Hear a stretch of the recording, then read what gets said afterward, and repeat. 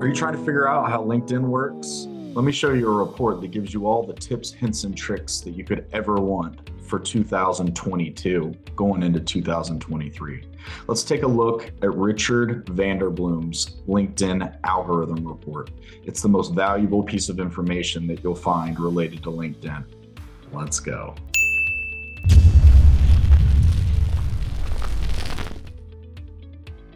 Today, I'm going to talk about some results from a September report on LinkedIn.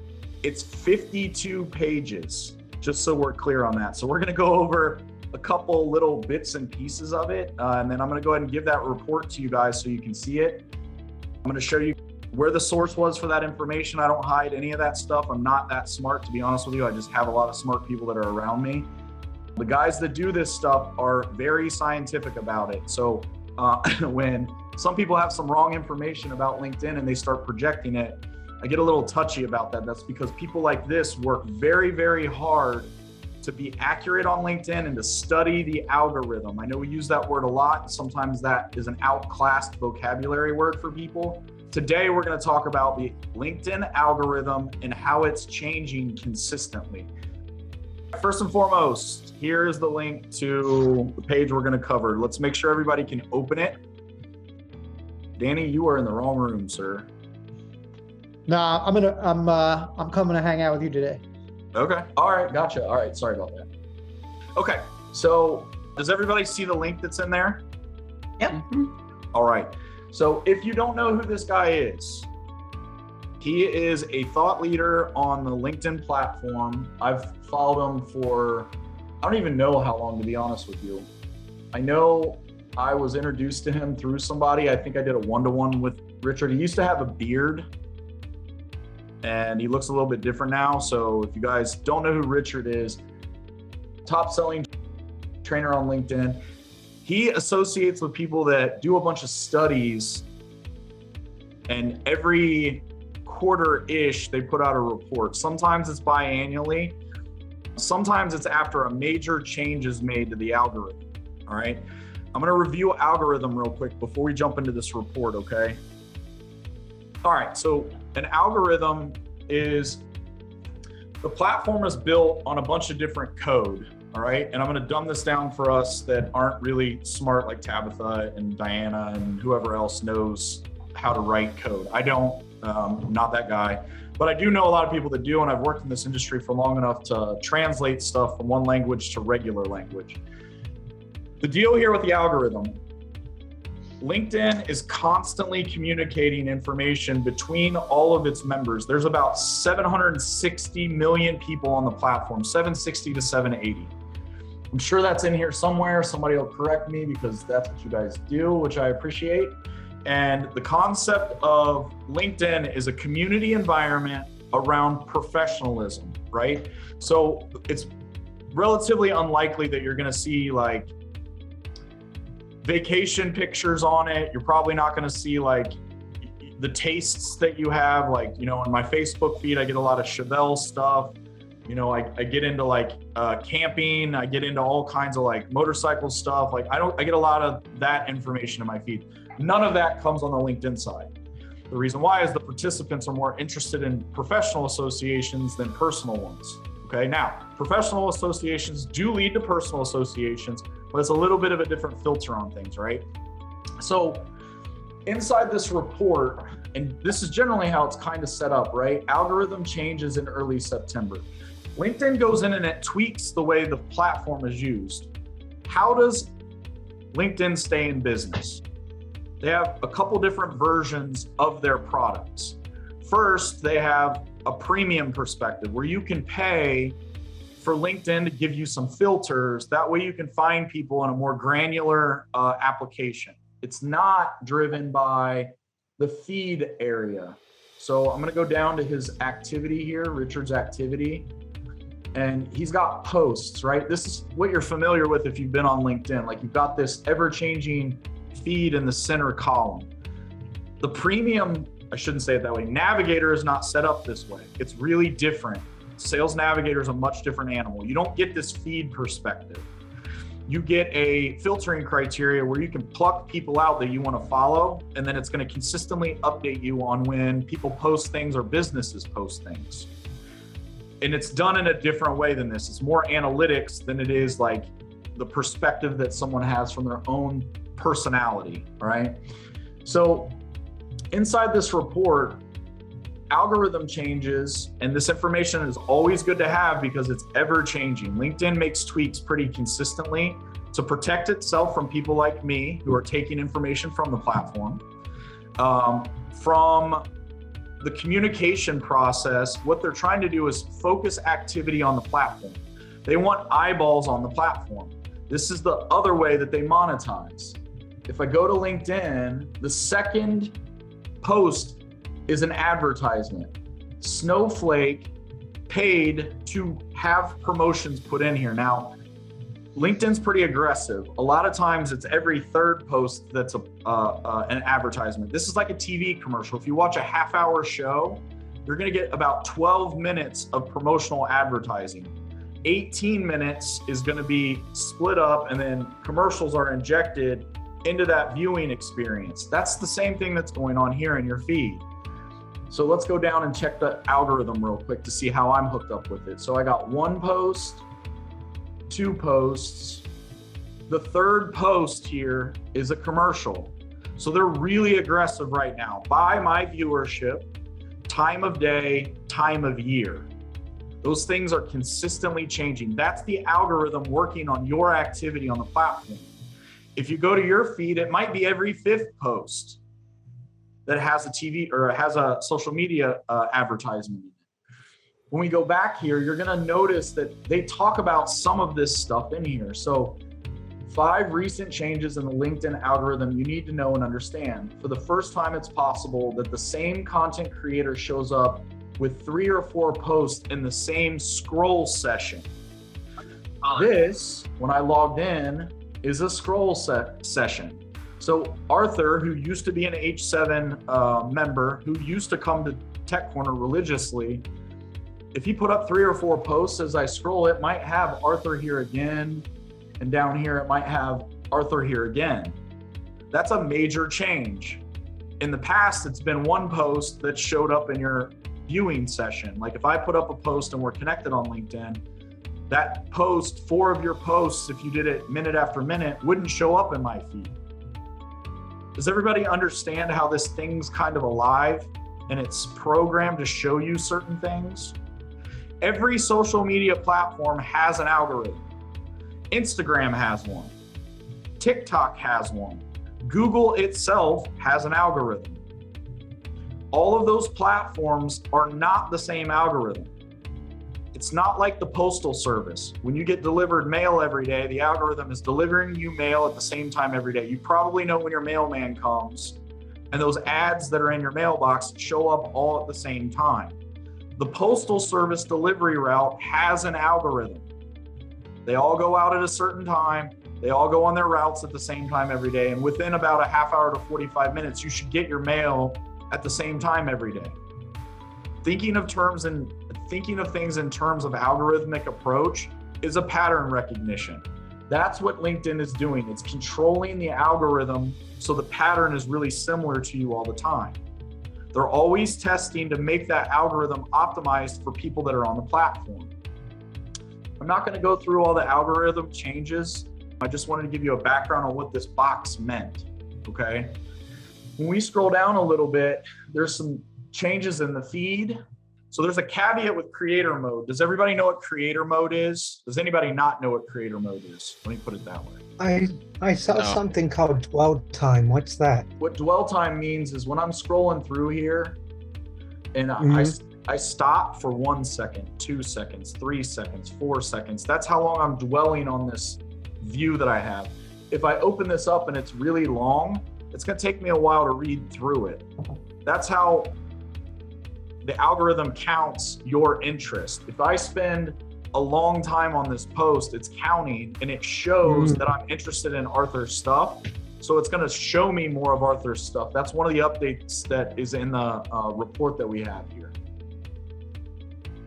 Dwell time was disproportionate. There's dwell time. There's a couple things in here. Dwell time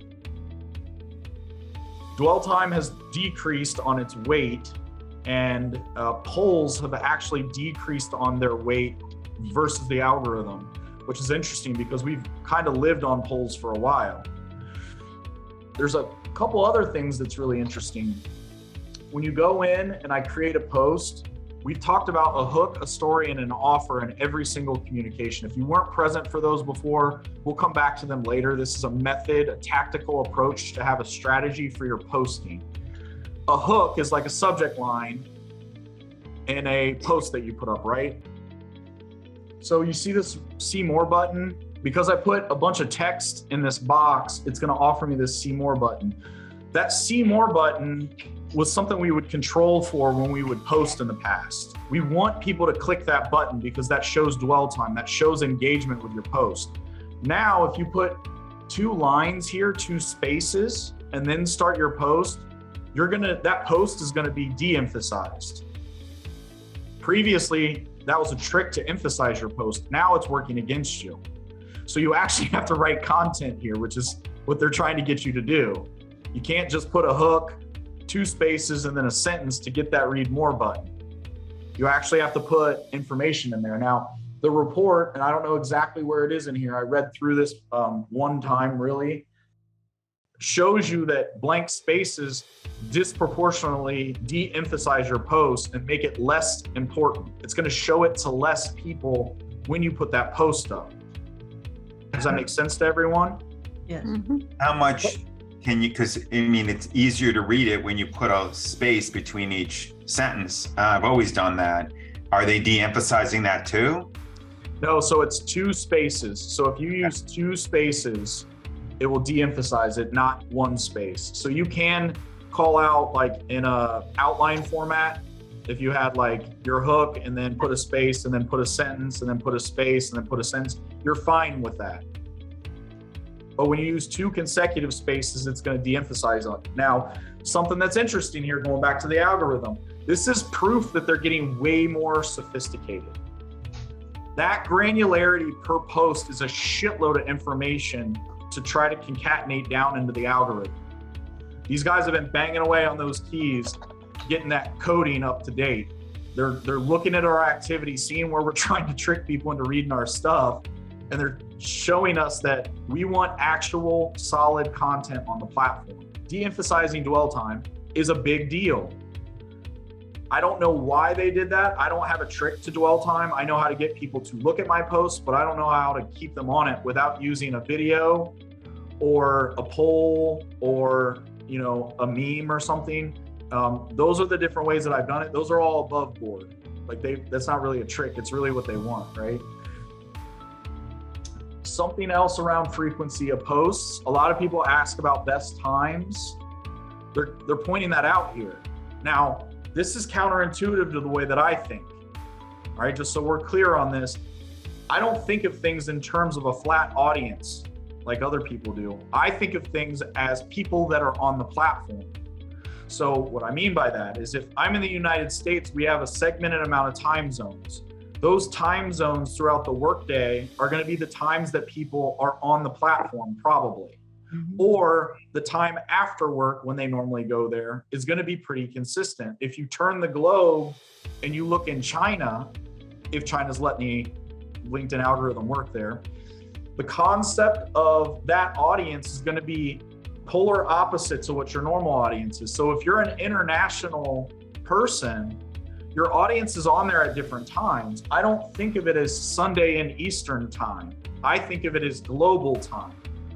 I have an audience in China, I have an audience in Singapore, I have an audience in Australia on the other side of the globe. Those people are looking at my posts. Now it's not, my main audience is United States, but I do have people around the world that look at my stuff. And I have people around the world that engage with my stuff. That's really the audience I want to cater to. I don't really want to cater to the lurkers. I want to cater to the people that are active on the platform. So you have to think about this a little bit more dynamically when you get on this platform. Does that make sense? This is an easy answer for anybody that's new to LinkedIn. When should I post? Here, use these times. get started, grow an audience, get to thousands of connections around the world. Focus in on those people that are commenting and liking, sharing, causing conflict in your post. That's a good thing, not a bad thing. Like if somebody's asking questions about something that you've put up and challenging the thinking, you're going to spur comments on there. I'm putting out a video this week of conflict for comments. This is a really cool section of this report. The other thing that I started to focus on when I was reading this report is do's and don'ts. This one right here, edit your post in the first 10 minutes. I misspell things consistently. I don't use there very well. If I'm going fast, I don't pay attention. I know the difference between there and there, don't get me wrong. There and there, but sometimes I just put it out, or I'll do voice to text and it picks it up wrong. A lot of times I was going back and editing when I would read it after I posted it. And I'm like, shit, I need to change that. Or I missed a word, I forgot to put a the in there. You're gonna wait to edit your post after it's been up for at least 10 minutes. Mm-hmm. That's what this is telling you. Commenting on your own post first. This is a good one. Mm-hmm. Those legacy people have been liking their own posts and commenting on their own posts first to spur the algorithm to kick it off. Do not do that. Don't do it. It's a bad deal. Oh, me too. It was a great tactic a year ago, 2 years ago. Now they're hip to it. They know what we're doing. Don't do that. You can comment on your own post after you have somebody who's commented, but don't do it first. And certainly don't do it in the first 2 seconds that it's up. The way we used to do it. One of the things is there's a comment on hashtags in here. You should use hashtags in all your posts, but don't use more than 10. Okay, that's important. What I would do is I would use 10 hashtags. I would tag 10 people in the post, and then I would go in my comments and say, oh, additionally, I forgot about so-and-so, so-and-so, and so-and-so. I would tag them in my comment and then also add a couple hashtags to that were pertinent to those people. I got 3 strikes against me. I'm using too many hashtags. I'm going in and commenting right after, and I'm the one who's doing it. Now we could get tricky with this. If I was to post to Danny, hey, will you go up and tag a couple people, these people in the post? We might still have a workaround there. That would be a pod perspective, which are bad. If you're using pods, don't use them.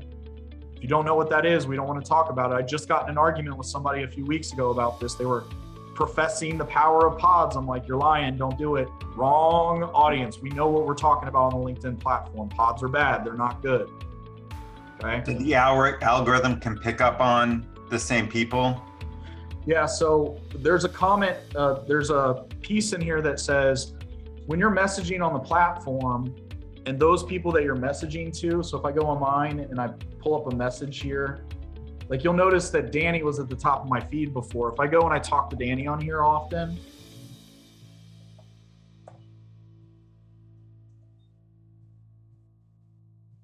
Danny and Sharon are in this group, right? This concept of messaging on the platform, they're gonna see who's in communication with one another, and then they're gonna correlate that to your comments. That's why you gotta do the pod for Facebook. Well, you could do it that way, but nonetheless, if it's the same 30 people that are always commenting on your posts over the course of 2 weeks, they know that you're related. They de-emphasize. There is a little bit of groundwork there. Okay. That you could do. Like if you were gonna say, if you had like 30 pods running at the same time that had 30 people in each pod, and you can keep up with that shit, good luck.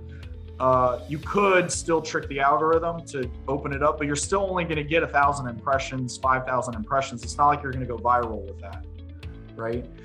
So I didn't get very far into the report, but I did want to highlight a couple things in here, the do's and don'ts area. These are really important. The time to post is important. I wanted to emphasize the scientific approach to the platform. I wanted to get you guys a little bit more intelligence around not only LinkedIn, but Instagram. Instagram has an algorithm. I don't know anybody that's putting out a report on there. I don't participate in Instagram, sorry, Danny. I just don't know that platform very well, nothing against it.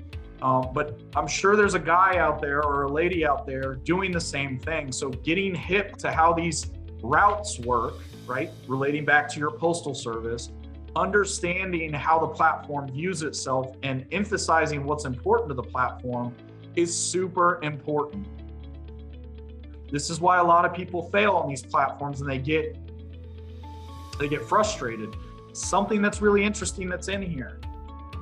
They're de-emphasizing new members to the platform. They're actually rewarding us, those people that have more connections, with greater impression reach. Those of us that are in creator mode, who are putting stuff up consistently, are now getting further rewarded because we've been on the platform and we have legacy vested interest on the platform. They're differentiating new people to people who have been on for a while. I love that. Anybody that's new to the platform kind of has to earn your way in to get further and further out. What that's going to do for you, if you stick with it, is it's going to have some consistency around your growth. So if I go look at my post, if I go look at, like, say this one, for instance, 3,100 impressions, you're going to have to earn your way into those higher level impressions.